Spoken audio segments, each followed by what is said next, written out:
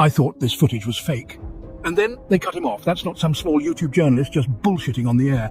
That is the British Broadcasting Company cutting their own journalists off for outing the Israeli army's use of chemical weapons. It's white phosphorus. What makes this shit so dangerous is that it's light and it can ignite on virtually any substance. And assuming when you breathe it in, it doesn't give you respiratory problems, once this shit catches fire, it's almost impossible to put out.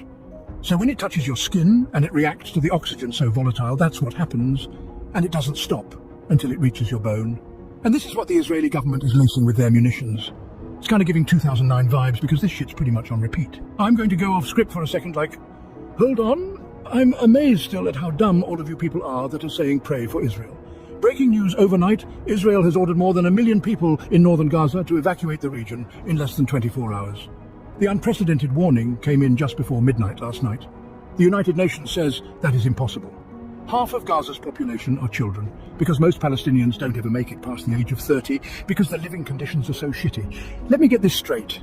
As the defenders of Israel, you want 500,000 kids, mostly under the age of 13 years old, to traverse 50 miles of concrete jungle that's covered in white powder that could set them on fire. You need them to jog that shit in less than a day. Do I have that right? Wait. I'm not done. This religious shit is so stupid, so hold on. You're telling me a religious book told you that land somebody else was living on belonged to you. But you can't read the book, like you can't read Hebrew. But this dude can, and he's telling you kids aren't collateral damage. And you're just like, meh, send the missiles over anyway. And you end up killing more kids, 3 times more kids, than the actual hostages that are captive. Like, I'm looking at my comment section right now, and I'm pretty sure you guys would call me anti-Semitic just for saying that matzo ball soup doesn't taste good at this point. I mean, I personally think it's more anti-Semitic that you don't criticize a government for lying to the Jewish people about why it's shooting kids. And it took them 7 days to make any attempt to rescue the hostages, but it took them less than a day to fire missiles. We now delve into the alarming issue that the majority of the world seems to be blissfully unaware of: the potential destruction of the Al-Aqsa Mosque. The orchestrators of this potential catastrophe are nothing less than master illusionists, adept at manipulation and deceit. There are 2 potential paths they could take to justify their actions.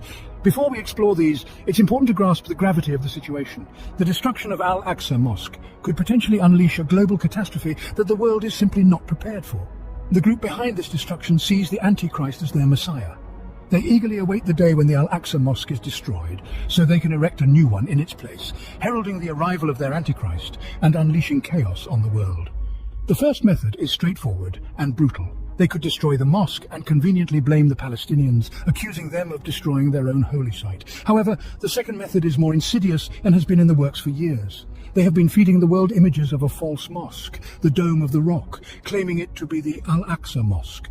While the Dome of the Rock is indeed a holy site, it is not the mosque in question. This deliberate confusion has been created to mislead the masses. They could destroy the real mosque and convince everyone that the destroyed mosque is not the real one. It's a grand illusion, a game of smoke and mirrors. The consequences of the destruction of the Al-Aqsa Mosque could be catastrophic, something the world is not ready to face. It's crucial to understand that the Antichrist is not a single individual, but a mindset, an energy. This is a warning to be vigilant and cautious, for the world we know could be on the brink of a major upheaval. The struggle of the Palestinian people has always been a topic of heated discussion. However, it's essential to recognize that the Palestinian resistance is not a matter of choice, but a response to prolonged occupation, oppression, and violation of basic human rights. It's like being forced to question the table manners of a starving person. The focus should not be on how they eat, but on why they're starving. It's easy to criticize the tactics when you're not the one living under the boot of occupation. It's easy to suggest alternatives when you're not the one whose life, land, and dignity are at stake every single day. The occupation has been ongoing for decades. It's high time we stop nitpicking the details and look at the broader picture. The demand is simple: end the occupation. Then and only then can we engage in discussions about tactics, strategies, and table manners. We must understand that freedom for Palestine is not a negotiable demand. It's an absolute necessity. So let's focus on that first, and then we can talk. This is not a time for ifs, ands, buts, equivocations, apologies, or condemnations. It's a time for unwavering support for the Palestinian resistance. It's a time to stand in solidarity with those who are fighting for their freedom, their rights, and their very existence.